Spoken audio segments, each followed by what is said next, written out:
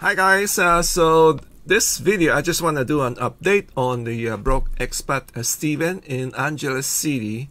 The first time when I did the video, I could not really get the information because like I said, of the first blogger was kind of hesitate to interview. And then I think I also I already kind of suspect that the first blogger was using AI. I don't think it's a real voice. And then I was very happy that one of the viewer commented that knew the story. And then it was refer me to another blogger, a famous Filipino blogger, and his name is Tech Ram. He called himself Tech Ram, and he's has big channels, like a 2.5 million follower.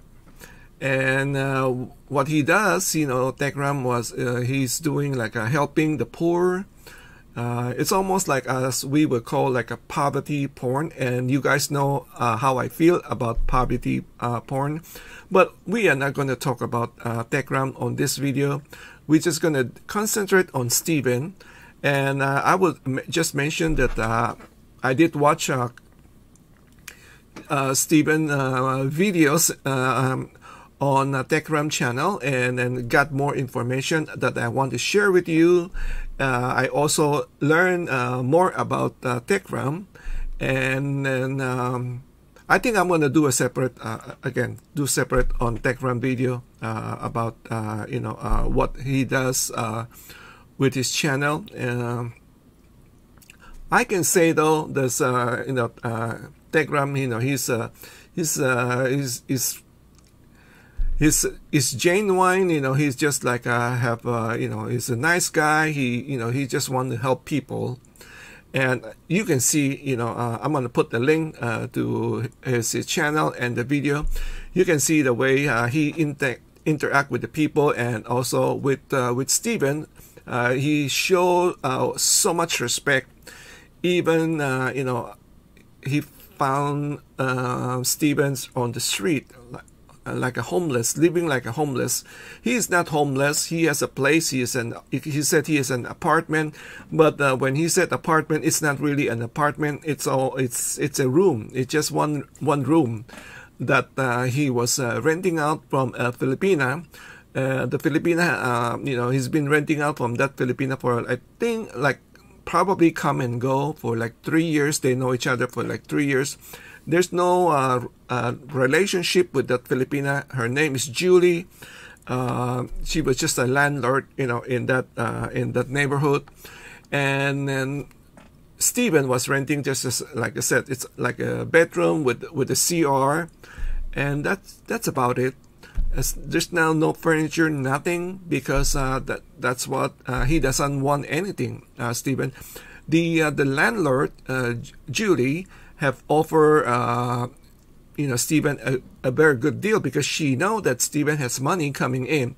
He's as we have shared on the first video, that he's getting like a 2,000. Is that from social? I think that was from Social Security, 2,000 a month. That translates to about 100,000 or maybe 110,000. It depends on the exchange rate. So that's a lot of money. It's a lot of money, to be in the Philippines and to be living on the street, right? Julie has offered, this is, I found out when Julie was being interviewed by TechRam, the Filipino blogger. She have offered Steven, why don't you just stay here, and then I can fix this place. I can put, get you a bed, TV, refrigerator, and you can be very comfortable. Of course, Steven have to pay for that, because he got the money anyway. But it's also nice that somebody will do this for you, right? And then she said she would take care of him, with the food, and they would just set up like a, a price, like a, maybe instead of 2,500, maybe, he has to pay maybe 5,000 a month, or even maybe 7,500 a month. It's like all inclusive, would take care of your food or whatever you need. It's almost like you're getting like a caretaker. I think that was pretty good deal. That was Julie said that was was the best deal that she can offer Stephen. But Stephen refused. It's not like he cannot afford it. He can afford that. He's getting 100,000 a month, but he doesn't want that. He want to be, be free. He doesn't want to. Oh, by the way, one of the agreement that Julie said, if I do this for you, I want you to stay here. Don't go out wandering around, because it's not, it's not safe for him. He has has a problem. He has a problem that he like to go snooping around the trash. Can you believe that? A foreigner, and he go there, he just go over through the trash can or something like that, looking for something. So you can see that there's some issue with Stephen. I don't know what it is, but there's issue with Stephen. And then the blogger was saying that he noticed that he was wondering if there's some kind of mental thing. Some people said maybe it's bipolar. His mood swing. One day, one moment he's fine, he's intelligent, he would talk to you in a good conversation, and then the next time he was just like a totally different person. Don't bother me. I just want to be by myself. Leave me alone. Get the hell out of here. It's a totally mood swing, So, he make friends and also make a lot of enemies in the neighborhood, because, when you start cursing at the local Filipino, they're not gonna take your bullshit, So that's not good. It's not good for a foreigner. Nobody want to be yelled at. I don't like to be yelled at. So doesn't matter. You give them money, but you just cannot treat people that way. You have to treat people with respect. Especially you are a foreigner. You are a visitor, a guest, but. That's Stephen. That's there you go. And then the blogger saw Stephen on the street, and he was in a very bad shape.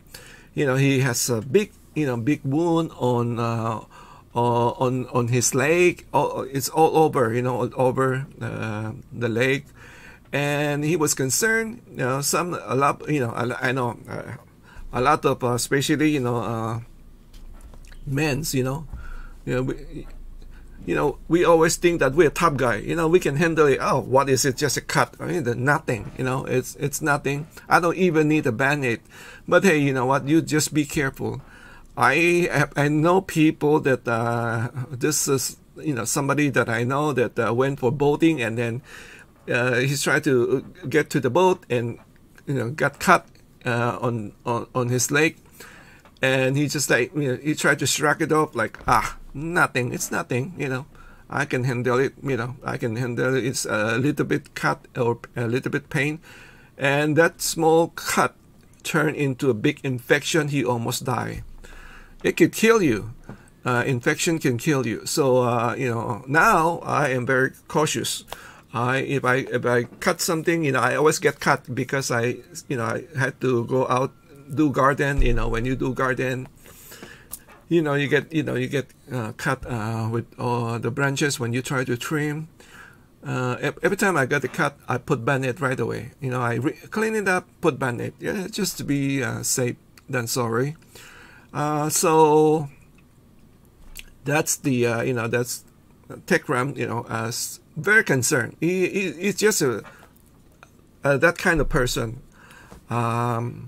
So he did offer. He wants to help. He wants to help Stephen. He said, "Would you? Is it okay? Or I want to offer, to help you. You can come and live with me while I try to sort out, the things how to help you. First his first thought, which is brilliant, was to contact the U.S. Embassy. And at first, Stephen was in all agreement. Yeah, his situation is he's already overstayed his visa, so he needs some legal assistance with that one. But the money, I don't think is a question, because the blogger has financial support from the viewer, and that's at the same time Stephen has the fun to take care of that. It's not that that's not the problem. Money is not the issue here. The issue here is more like here in the head. And then we also find out that Stephen was saying that even the local people around the barangay have already came and talked to him, and then even the police came over, say, hey, you got your wound, we need to take care of it. The police took him over to get fixed up, and then kind of lock him up. I think somebody probably have reported him, and he was considered like a nuisance, just wandering around, going through the trash. So they kind of lock him up for a couple of days, but eventually they let him go. And then then came the blogger Tekram. So, and then finally Stephen agreed, okay, I'll go with you. So he bring Stephen to his home. It's a nice place. Nice family, and he took care of him like he's like a private nurse. Try to fix the wound, and also clean it up and give him food. For a couple of days, when Stephen arrived at the blogger home, he was just like sleeping all day. He seems like he's tired. He's just tired, right? So he was sleeping all day, and then the blogger was patient, kind of watching him, like almost like taking care of Stephen like a baby. And then we all know the American people, they don't like that. Don't treat me like a kid. We are top guy. We are like I can I'm adult, but it's a culture different. All right. So we have to understand. If you're watching that, if I put the link, when you go watch that, you might say, why is Tekram acting that way? That's the Filipino culture. It's so much love, so much more mellow. There's when I said Filipino are macho type, I did mention this in one of the comment. It's true. But at the same time, we have this macho image in terms of like a relationship with women. But at the same time, there's a softer side also. All right, there's a softer side and a macho side. So you're looking at two different also. So, and then after that Tekram was interviewing Stephen. So what does you do? And Stephen have mentioned, I don't know if this is from the first blogger or second blogger. He did mention that he was supposed to. I think that was from the first blogger. He was supposed to be. He's a writer, and then he was supposed to write a screenplay for Netflix, and then there's we got the lockdown, so everything put on hold, and so he's just wondering, just hanging around. And then he also met a Filipina, the Filipina wife or girlfriend passed away like 4 or 5 months ago. Maybe that's a reason that he's wandering around. Maybe he was depressed, but at the same time he also has 3 divorces. I thought he was locked up 3 times, but the Filipino blogger was just kind of clarify that he has 3 divorces to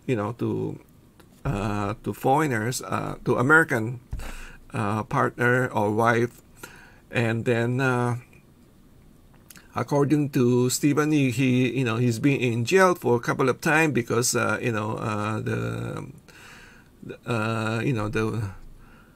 the wife the way of the law. They were reporting him as try to beat the wife or something like that, wife beater. So anyway, that's the background. And I don't know, he also I think he also liked to draw something like that, if I can remember correctly. I don't have a photographic memories, but like I think like only a couple of days after that, the mood suddenly changed, and then Tekram was out that day, and then got a call say, hey, you have to come back as soon as possible because Stephen just left the house. They're kind of sort of a panic, so Tekram rush to get back and find out that Stephen just took off, and he's start to search for him. And one of the video was showing that Stephen was telling the other Filipino to leave him alone, get that F word out of here, something like that. So finally, Tekram arrived and tried to find out what's going on, and he said, hey, you know what? I need to shape. I want to go back to Julie because I think Julie's doing the shape for him. So he said he wants to go back to the Filipina, the landlord.